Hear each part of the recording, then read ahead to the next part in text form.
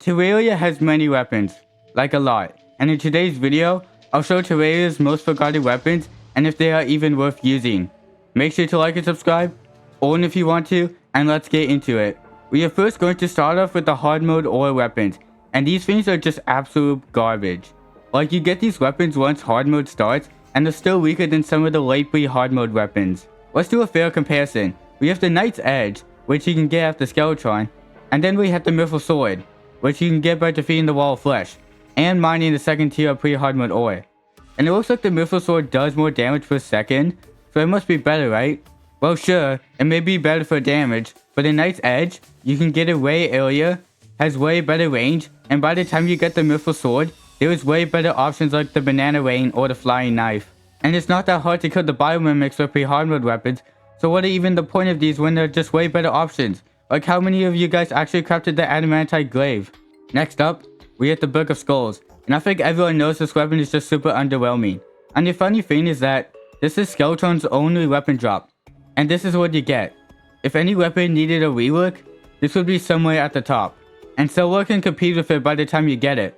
The Demon Scythe, which is a pre-boss weapon if you're really planning to get it that early on, but it does cost quite a lot.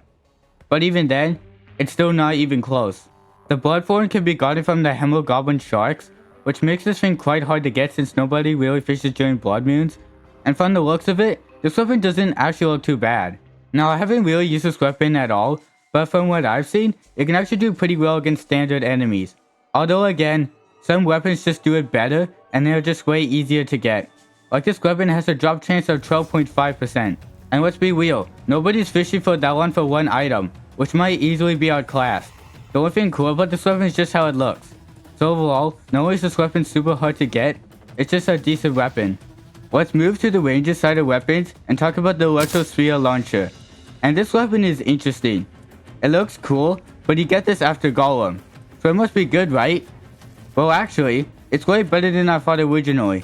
The damage is actually good, but the problem is that if you're going to be using this weapon against bosses like the Empress of Light or Duke Fishron, well, good luck. This weapon isn't really meant to be used against fast bosses like these. And that's what I would have said if I actually tested out this weapon, because holy, this thing is actually way better than I thought.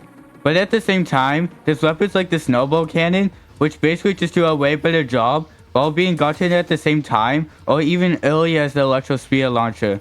So overall, this weapon is actually quite good, but it is outclassed by a few options. So far, I've been decently negative about these weapons, but what about the weapons that are actually quite good? Well, the Sand Gun exists, and it's actually extremely strong. Now, I know nobody wants the world to be filled with sand that you have to break every time you fight a boss with, and if you're using this against enemies, what are you doing? Besides that, this weapon can be gotten before fighting any bosses, and it deals a whopping 30 damage, which, keep in mind, is the same as the Phoenix Blaster. And not only that, it shoots quite fast. And this is such a good weapon for a pre-boss weapon, you basically use it all the way up to a Skeletron, or even the Wall of Flesh. This is basically just a ranger version of the Demon Scythe, because you can get it pre-boss. So why does nobody really use it? Because, well, nobody really wants to mine sand every time they use it. Which is fair, to be honest. We have talked about some weapons for every class except Summoner, so what's the most forgotten one for them? Well, that would 100% have to be the Honduras Shootif. This is a weapon dropped from Deerclops, and there's already a problem. This is dropped from a boss nobody really does, unless if you like to kill every boss. But what about the actual weapon itself? Well, it is not good at all. It only does 24 damage, and it shoots slowly, which is just not good for a boss that is quite strong. Sure, the boss doesn't despawn, but even then, you mostly do Deerclops after like the first few bosses.